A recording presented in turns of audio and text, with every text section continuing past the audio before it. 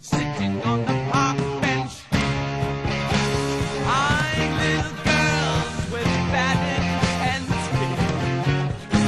Hey, Aquila, drying in the cold sun, watching as the pretty Peggy. So Mega Man has defeated Dr. Wily and saved the world. What's left for him to do to occupy his time? How about defeating Dr. Wily and saving the world again? Wily returns, this time creating an army of 8 of his own evil robots. Remember, the 6 from the original game were the work of Dr. Light. Increasing the amount of Robot Masters wasn't the only change that was implemented. Now you'll get energy tanks, which will replenish your health completely when you select it from the pause menu. You can carry 4 of these at a time. There's also 3 special items, referred to as Item 1, 2, and 3. They all act as elevation tools, similar to how the magnet beam was used in the first game, but they're different from the beam and different from each other. Item 1 releases a short-range platform that slowly rises for a short period of time. Item 2 sends off a rocket that's meant for long-distance travel, and Item 3 clings to walls and sends you up. You start off with none of these items. You acquire each of them from 3 of the Robot Masters in addition to their weapon. Another new feature is a password system, which is really useful, as you don't have to start all over again the next time you play the game. You pick right up where you left off. While the game isn't as challenging as the original, there are 2 difficulty modes to choose from this time. There are also a few things that were taken out of the first game, such as the point system and the ability to revisit a fallen Robot Master stage. The graphics are more crisp and the backgrounds have a lot more to them. The soundtrack from the first game was pretty tough to top, but this one just fucking rules. It's no secret that it's regarded as one of the greatest video game soundtracks of all time.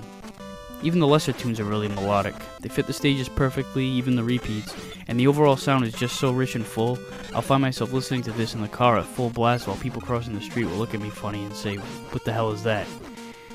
The overall level design and boss battles have also been touched up on, as well as little things. Like when you get hit and have the temporary invincibility, you'll be able to survive in spikes during this brief period, as opposed to the first game when landing in them would kill you no matter what the situation. Other minor adjustments are the sprites of the life and weapon capsules, and gone from the game altogether are the point bonus balls. Another part of the game that was tweaked a bit are the underwater physics. In the first game it slowed you down a bit, but in Mega Man 2 you'll also be able to jump a lot higher. Although really water pressure should drag you down a bit more, but this is the world of Nintendo and everything is left to the imagination. The game starts off with a summary of the story, and the interesting thing is that the music for this intro is a new rendition of the outro from the first game. The screen scrolls up the building and there's Mega Man on top. Fucking badass. Now, when choosing the order of the 8 Robot Masters, I tend to take a bizarre path. I'll explain it later and go over a few reasons why I prefer it. But for the sake of this walkthrough, I'll take you through the paths considered to be the general norm, as it is the most helpful for beginners. First, select Bubble Man. That's right, this scuba-clad, water-based robot's weapon of choice is a bubble. The first real threat you'll encounter are these metal platforms that fall upon landing on them, so you'll have to jump fast, but don't land too short or you won't be able to reach on the next jump. You'll end up underwater, and this huge piranha will spit out a school of shrimp. They'll just keep coming, so take out the glowing orb attached to the top of the fish. Throughout this portion, be sure to avoid the spikes attached to the top of the ceiling. Jumping too high will lead to a sure death. It gets even trickier over here. Your positioning between the walls doesn't have to be perfect, but you do have to be careful not to make contact with the spikes. When you reach the surface once again, you'll be greeted by crabs that slowly descend from the sky. They only take one shot, so just be cautious with your jumps so you don't get hit and fall into the pit. When you get to Bubble Man, keep in mind that the battle takes place underwater and the ceiling is encased with spikes.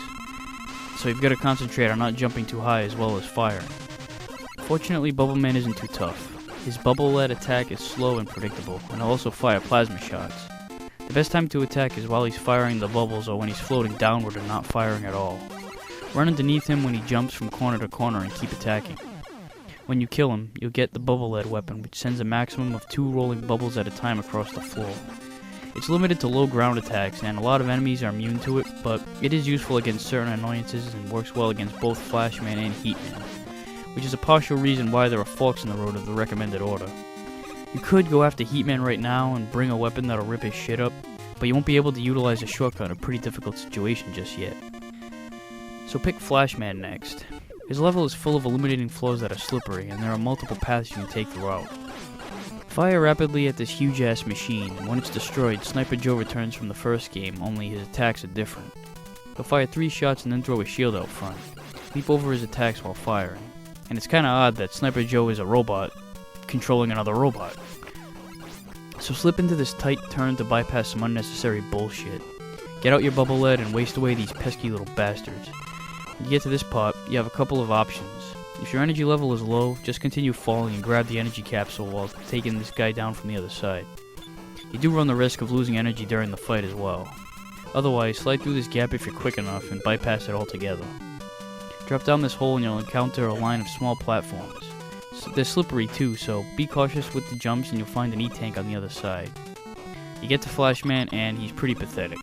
He spends most of the battle jogging gingerly towards you and sometimes stops to flash his time stopper, which freezes you, and then fires a stream of plasma shots too. But his obscure floor design will sometimes cause him to be at a different level than you and he'll miss completely. Other than that, the only way he can hurt you is by running into you. The normal arm cannon works pretty well on him, but the bubble lead works even better, making Flashman a major cakewalk. The time stopper you get from him isn't so much a weapon as much as it is a special ability.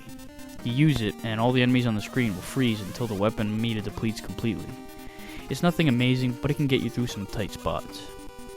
You'll also get Item 3, which will come in handy right now at the beginning of Quickman stage. Use it to ascend this wall and get an easy extra life. And now the infamous laser beams. These fuckers are deadly, difficult to avoid, and forces your reaction time to be, well, quick. The right side of this first set of beams will lead you to some goodies. Then after taking out some of these firefucks with the bubble lead in the dark, you'll end up at the laser beam segment that would give kids nightmares. The whirring noise of these beams would be heard so often from the numerous attempts at getting past this shit that you'd hear it all day in your head. You have 2 options in advancing through this mess. You can either continuously try to outmaneuver the lasers by taking the sharpest turns you can and by anticipating the next screen, knowing what direction to go next. This takes some memorization. The other method is to unleash the time stopper and just stroll through, picking up weapon capsules along the way to ensure you have enough to get through. The only problem is you want the time stopper against Quickman, so if you use this method, you're gonna have to blast these Sniper Joe machines apart and fill up on time stopper, or just use a normal arm cannon on them. If you have the time stopper, just use it right away, and because Quickman's such a speed freak, the stoppage of time will actually slowly kill him. It won't be enough to finish him off, so you'll have to do it with the arm cannon. He's not too easy to predict, as he's an agile little bastard. He'll jump high in the air and chuck his quick boomerangs downward. Shoot him when he's down low, making short jumps or getting stuck in front of a piece of his oddly constructed floor. After defeating him, you'll get the quick boomerangs. It's a pretty reliable short-range weapon that doesn't diminish fast, but shouldn't they be infinite since they come back at you? And Mega Man really should have sported a better color scheme for this weapon than pink. And now on to Metal Man stage. A lot of the floors here are conveyor belts that travel in either direction. Grab the E-tank at the beginning and get ready for a hell ride. These metal spikes will rip your ass apart, so wait for them to raise back up after dropping, but you've got to hang around on the conveyor belts in the meantime. Or fuck that, just use the time stopper. Metal Man's weapon works great against this infestation of needles. The only problem is you have to beat him first, so your regular arm cannon will have to suffice. Fortunately, these little buggers will provide a good amount of power-up since there's so many of them. Later on, these midgets in pink pajamas will ride around on a huge wheel, one of the stranger Mega Man enemies of all time, and it doesn't really fit with the level too well. They're easy to dispose of though, just shoot the wheel as it rolls to you. When you get to this wide open area, you'll need to do an Evel Knievel jump by running as close as you can just about to the edge before leaping. The battle with Metal Man takes place on a conveyor belt, and he takes a defensive approach. He'll run in place and won't attack you unless you attack first. Or if you take too long, he'll just get impatient. His attacks consist of 3 metal blades, and if you get too close to him, he'll jump over to the other side and attack the same way. Chuck the quick boomerangs at him and jump to avoid his metal blades. Speaking of which, the metal blade weapon you get from him is absolutely fucking ruthless.